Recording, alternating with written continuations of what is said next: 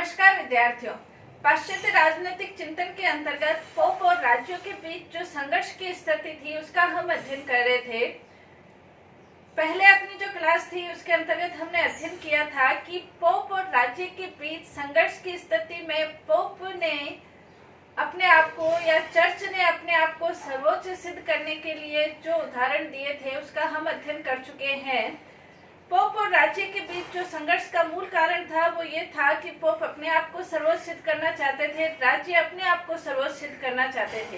Pope ने सर्वोच्चता के जो कारण दिए थे वो हम पढ़ चुके हैं। राज्य ने अपनी सर्वोच्चता के राज्य ने भी उन तर्कों का उत्तर देते हुए अपने आप को सर्वोच्च सिद्ध करने के लिए राज्य ने भी कुछ तर्क दिए कि राज्य की जो सत्ता है वो भी सर्वोच्च सत्ता है। पोप ये कहते थे कि जो धार्मिक सत्ता है वो धार्मिक सत्ता इस कारण से भी सर्वोच्च है कि मरने के बाद राजाओं का जो हिसाब किताब भगवान के द्वारा पूछा जाएगा तो उसमें राजाओं की पैरवी भी चर्च के माध्यम से, पोप के माध्यम से होगी। इसलिए राजाओं के ऊपर पोप की महत्ता सर्वोच्च सिद्ध है, क्योंकि पोप लौकिक और आध्यात्मिक दोनों सत्ताओं में श्रेष्ठ है। राजा सिर्फ लौकिक सत्ता में श्रेष्ठ है, इसलिए पोप सर्वोच्च है। जबकि राजाओं का ये कहना था कि यदि आध्यात्मिक सत्ता में पोप सर्वोच्च भी है तो भी लौकिक सत्ता के ऊपर, राजनीतिक सत्ता के ऊपर पोप को किसी भी प्रकार का कोई अधिकार नहीं है और जो राजा है, सम्राट है, वो अपने इस क्षेत्र के अंतर्गत सर्वोच्च है। तो इसके लिए अपने आप को सर्वोच्च सिद्ध करने के लिए राजाओं ने अपने पक्ष में, अपने समर्थन में कुछ उदाहरण दिए हैं, कुछ तर्क निर्धारित किए हैं। तो उसके अंतर्गत हम पहला कह सकते हैं, राजाओं को जो सर्वोच्च सिद्ध करने के जो तर्क राजाओं के द्वारा दिए गए थे, क्योंकि मध्य युग के अंतर्गत पोप का जो हस्तक्षेप है वो बहुत ज्यादा बढ़ गया था। पोप ये चाहते थे कि राजा हर कार्य के लिए, चाहे वो अधिकारियों की नियुक्ति हो, चाहे कर हो, चाहे वैदेशिक संबंध हो, चाहे उनका व्यक्तिगत जीवन भी हो, वो चर्च से मार्गदर्शन ले। जबकि राजा ये चाहते थे कि राजनीतिक क्षेत्र में उनका जो कार्य क्षेत्र है वो सर्वोच्च रहना चाहिए, और यही उन दोनों के बीच संघर्ष की स्थिति थी। राजाएं अपने पक्ष में जो समर्थन देते थे तो उसके अंतर्गत पहला ये है कि राजाओं के दैवीय अधिकार के सिद्धांत का उन्होंने समर्थन किया था। राजाओं का जो दैवीय अधिकार है उसके अनुसार ये है कि राजाओं की जो उत्पत्ति है वो ईश्वर के द्वारा की गई है। राजाओं की उत्पत्ति जब ईश्वर के द्वारा की गई है तो उसमें पोप का या चर्च का किसी भी प्रकार का सहयोग नहीं है। जब पोप का और चर्च का कोई सहयोग नहीं है तो राजाओं को पोप का मार्गदर्शन या पोप का नियंत्रण मानने का कोई भी मतलब नहीं है, क्योंकि राजा को किसने बनाया है? ईश्वर ने बनाया है। मध्यकाल के अंतर्गत जब विश्वास, श्रद्धा, आस्था, इनके ऊपर ही सारा चिंतन आधारित था, तर्क है, प्रयोग है, इनके ऊपर चिंतन आधारित नहीं था, तो उस समय राज्य की उत्पत्ति का एक महत्वपूर्ण कारण ईश्वर को माना जाता था।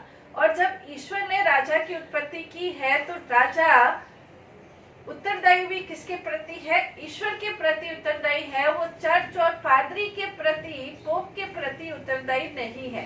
ये राजाओं ने सिद्ध किया था, क्योंकि उस समय राज्य की उत्पत्ति का कारण यही माना जाता था कि राजनीतिक अव्यवस्था, अन्याय की स्थिति के अंतर्गत ईश्वर के द्वारा ही राजा की उत्पत्ति की गई है। और जब ईश्वर ने राजा को बनाया है तो राजा ईश्वर के प्रति ही उत्तरदायी है, पोप और चर्च के प्रति उत्तरदायी नहीं है। तो ये उन्होंने अपने पक्ष में, राजाओं ने समर्थन दिया था, पक्ष में तर्क दिया था। दूसरा इसके अंतर्गत दो तलवारों का सिद्धांत। दो तलवारों का सिद्धांत जो धार्मिक पोप और चर्च है वो भी इसका अपने समर्थन में प्रयोग करते हैं, अपने समर्थन में व्याख्या करते हैं। राजा लोग भी दो तलवारों के सिद्धांत की अपने पक्ष में व्याख्या करते हैं। इसके अंतर्गत वो ये मानते हैं कि ईसा मसीह ने संत पीटर को दो तलवारें प्रदान की थी। एक लौकिक सत्ता की तलवार और एक धार्मिक सत्ता की तलवार। जो धार्मिक सत्ता की तलवार है वो उन्होंने चर्च और पादरी को प्रदान की थी, और जो लौकिक सत्ता की तलवार है वो उन्होंने राजाओं को प्रदान की थी। तो ये जो दो तलवारें थी संत पीटर के माध्यम से राजाओं को प्राप्त हुई है। तो राजाओं का ये तर्क था कि हमें जो सत्ता यानी कि तलवार के रूप में जो लौकिक सत्ता प्राप्त हुई है वो संत पीटर के माध्यम से प्राप्त हुई है, यानी कि ईसा मसीह के द्वारा ही उन्हें प्राप्त हुई है।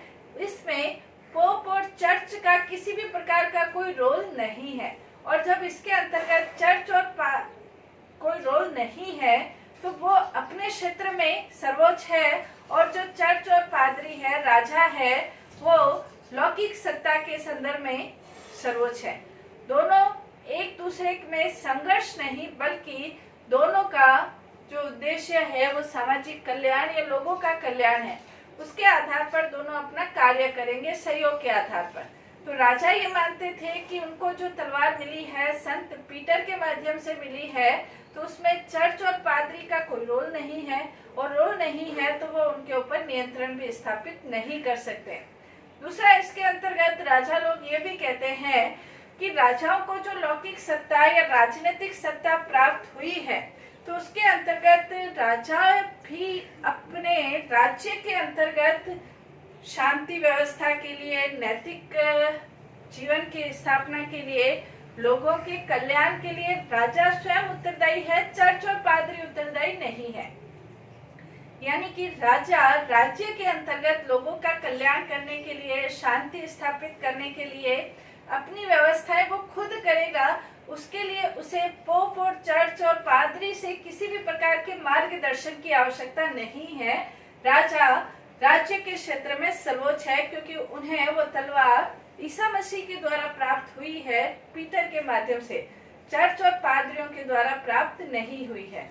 तो इस माध्यम से भी वो अपना तर्क प्रस्तुत करते हैं।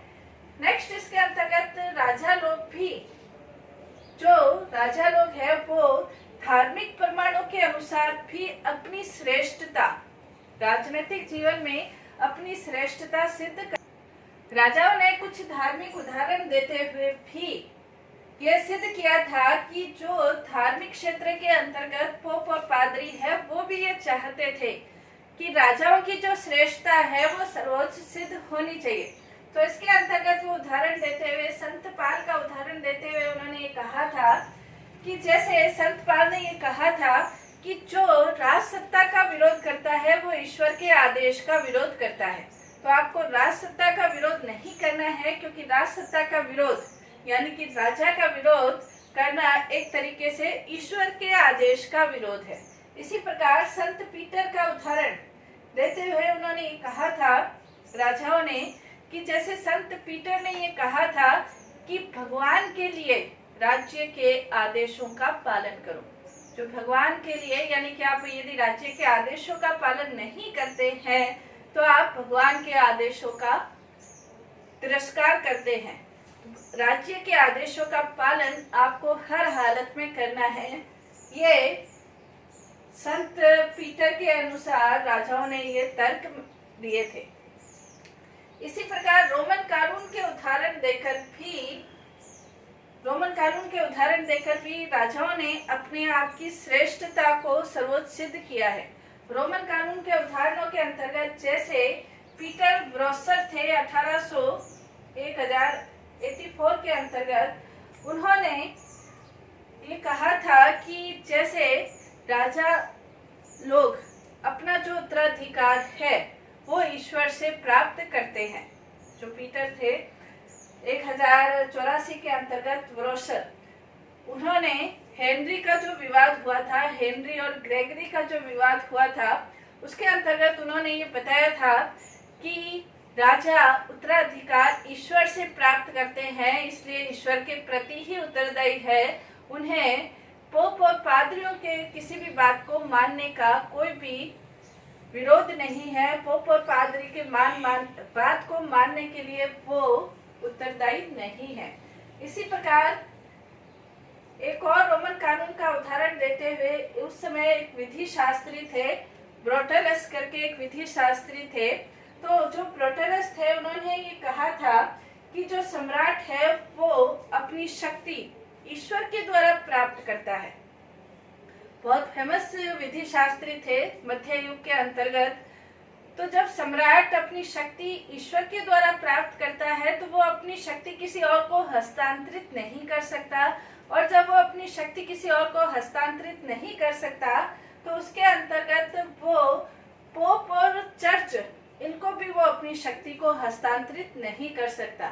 इसलिए पोप और जो पादरी है वो अपनी धार्मिक सत्ता तक सीमित रहे, और जो राजा है वो अपने लौकिक सत्ता राजनीतिक सत्ता का सर्वोच्च रूप से पालन करे। उसमें कोई हस्तक्षेप पोप और पादरियों के द्वारा नहीं होना चाहिए। यदि पोप और पादरी उसमें हस्तक्षेप करते हैं, राजाओं के कार्य में राज कार्य में हस्तक्षेप करते हैं, तो इसका सीधा सीधा अर्थ यह होता है कि वो ईश्वर के कार्य में हस्तक्षेप कर रहे हैं, क्योंकि राजाओं को जो सत्ता प्राप्त हुई है वो ईश्वर के द्वारा सत्ता प्राप्त हुई है। तो इन विधि शास्त्रियों के उदाहरणों के माध्यम से भी राजा लोग अपनी श्रेष्ठता सिद्ध करना चाहते थे। वो ये चाहते थे कि राजाओं को अपने छोटे छोटे कार्य के लिए पोप और पादरी पर निर्भर नहीं रहना पड़े, और पोप और पादरी का भी ये कर्तव्य है, क्योंकि उनकी जो सत्ता है वो धार्मिक सत्ता तक निर्भर है, धार्मिक सत्ता तक ही उनकी सीमित है, धार्मिक सत्ता तक ही सीमित है पोप और पादरियों की सत्ता। इसलिए लौकिक सत्ता के ऊपर उनको हस्तक्षेप नहीं करना चाहिए। यदि वो हस्तक्षेप करते हैं राजाओं की लौकिक सत्ता के ऊपर, तो वो अपने जो क्षेत्र है उस पर अतिक्रमण करके राजाओं के क्षेत्र के ऊपर अतिक्रमण करते हैं, तो ये ईश्वर के आदेशों का उल्लंघन माना जाता है। मध्य युग में जो विधि शास्त्री थे वो भी इसी तरह की व्याख्या करते थे कि राजाओं का कार्य क्षेत्र के अंतर्गत राजा सर्वोच्च है, क्योंकि ईश्वर के द्वारा उसे शक्ति प्राप्त हुई है। तो इन रोमन कानूनों के माध्यम से भी राजा लोग अपनी श्रेष्ठता सिद्ध करना चाहते थे। इसके अलावा राजाओं ने अनेक ऐतिहासिक उदाहरणों के माध्यम से भी यह सिद्ध किया था कि पोप यदि सर्वोच्च है, तो कई ऐसे उदाहरण हमें देखने को मिलते हैं जब पोप की सत्ता को राजाओं के द्वारा चुनौती प्रदान की गई थी। इसी संदर्भ में जैसे जर्मनी के एक राज्य था बेवेरिया, उसका सम्राट था लुई। उसने अपने शक्ति के आधार पर जर्मनी के बेवेरिया राज्य की सत्ता को प्राप्त किया था राजा लुई। उस समय जो पोप था, जर्मनी के राजघराने की ये परंपरा रही थी कि जो राजा था उसके राज्य अभिषेक में पोप को आमंत्रित किया जाता था और पोप राजा के राज्य अभिषेक करता था। तो ये माना जाता था कि राज्य अभिषेक पोप के माध्यम से राजाओं को शक्ति प्राप्त हुई है। लुई ने चूंकि अपने अनुसार अपनी शक्ति के बल पर उसने सत्ता प्राप्त की थी, इसलिए जो जर्मनी के राजघराने की परंपरा थी उसने पोप को आमंत्रित नहीं किया था। इधर फ्रांस के सम्राट ने, पोप जॉन 22वां उस समय था, उसने फ्रांस के सम्राट ने पोप जॉन 22वें को फ्रांस में आमंत्रित किया और ये कहा कि आप लिखित रूप में लुई को समर्थन प्रदान करो। लुई ने वो समर्थन, जर्मनी के सम्राट ने वो समर्थन प्राप्त करने से इनकार कर दिया। कहने का तात्पर्य यह है कि फ्रांस के राजा की कूटनीतिक चाल में जॉन 22वें फंस गया था और उसने जब मना कर दिया तो इसका स्पष्ट ये संकेत गया, स्पष्ट ये संकेत हुआ कि राजा अपनी शक्ति स्वयं प्राप्त करता है, वो पोप के द्वारा प्राप्त नहीं करता है। इसी प्रकार एक और विवाद उत्पन्न हुआ था। फ्रांस का जो सम्राट था फिलिप चतुर्थ, फ्रांस के सम्राट फिलिप चतुर्थ के ऊपर जैसे इंग्लैंड ने आक्रमण कर दिया था फ्रांस के सम्राट के ऊपर, चूंकि फ्रांस के सम्राट के पास जब आक्रमण हुआ था तो उसके पास पैसे की बहुत कमी हो गई थी। पैसे की कमी होने के कारण उसने जो वहां का पोप था उससे आग्रह किया था कि वो उसे कुछ पैसा प्रदान करे, क्योंकि पोप के पास बहुत ज्यादा संपत्ति थी। राजा फिलिप चतुर्थ ने कुछ कर चर्च पर, बिशप पर और उसके अधिकारियों पर, उसकी संपत्ति पर लगा दिए थे। पोप ने एक आदेश जारी करके ये कहा कि राजाओं को कोई भी किसी भी प्रकार का कर नहीं देगा।